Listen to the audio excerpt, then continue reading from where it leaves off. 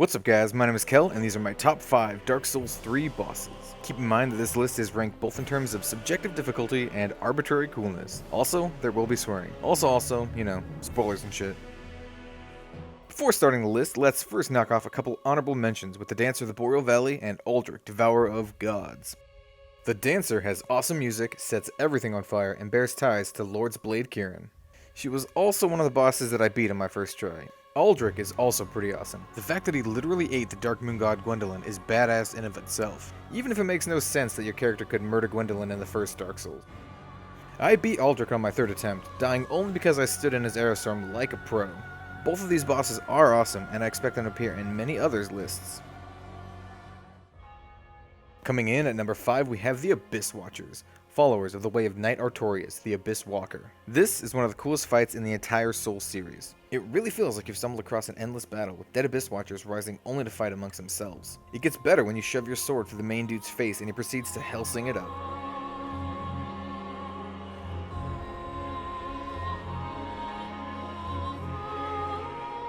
He then becomes not Marie of the Astral Clock Tower and lays the aggression on thick in a final 1v1 duel. Assuming there are no phantoms. The entire counter isn't too hard, killed on my second try, but it's definitely awesome and one of the more memorable encounters. Next we have Gundyr 2.0 with Champion Gundyr. First of all, he should look familiar to Demon Souls fans as he very much resembles old King Doran, a fact even noted in the description of his armor, which is pretty damn cool. For me, Champion Gundyr is the stray demon done better. He plays on player expectations, his counterpart being the game's first boss, while simultaneously highlighting how far you've come since then. Champion Gundyr is no pushover either, and even though I beat him on my second try, I'd easily rank him in the top 3 hardest bosses in the game.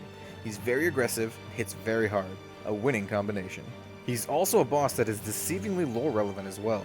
He was late to judge his Ashen One, causing a chain of events leading to his world to be void of fire, a world of darkness.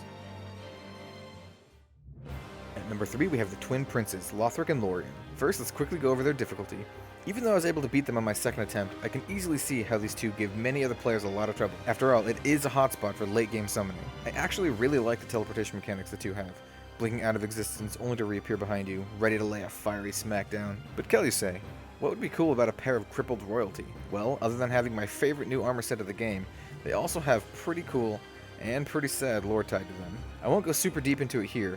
Just know that Lorien, the larger armor-clad brother, loses the control of his legs due to linking his soul with that of his cursed and crippled little brother. The real kicker here is that Lorien wished it so, as though he wanted to share this burden and cursed existence with his sibling. Also, once you've acquired both of their swords, either from another player giving you one, or just by beating them again in New Game Plus, you can combine them into a single awesome sword, Demon Souls style, a sword that retains the powers of both of the previous ones. As they were in life, so they are in death. The Soul of Cinder was the hardest boss to rank for me. On one hand, he's spoiled from the get-go.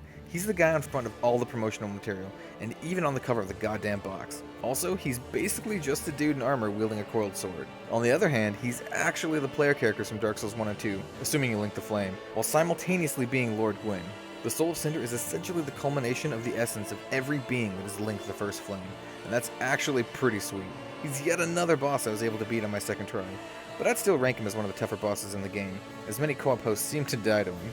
He's aggressive, deals a ton of damage, and has a phase 2 wombo combo that annihilates whoever it hits. What really sold me on the Soul of Cinder is how the music changes once the second phase begins, and how Lord Gwyn's theme becomes mixed into the track.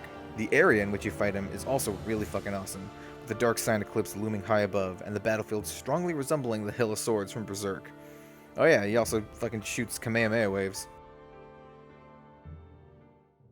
Now I'd be willing to bet that you've already guessed correctly as to what number 1 is. The Nameless King is easily both the coolest and hardest boss in Dark Souls 3.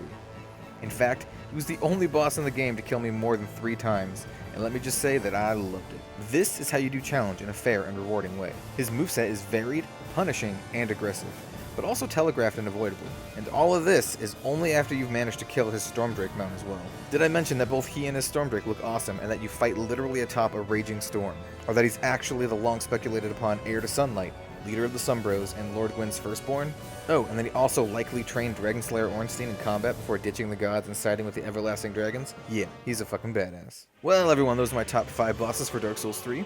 I'd be curious to know what yours are as well. Now, I won't be making a ton of top X lists, but I might in the future if something else interesting pops up. You can also check out my full blind Let's Play of Dark Souls 3 and the annotations here. As always, I sincerely appreciate any likes, comments, subscribes, and all that shit. It really helps a lot, and I'm a pretty small channel right now. I hope you guys enjoyed it, and I'll see you around.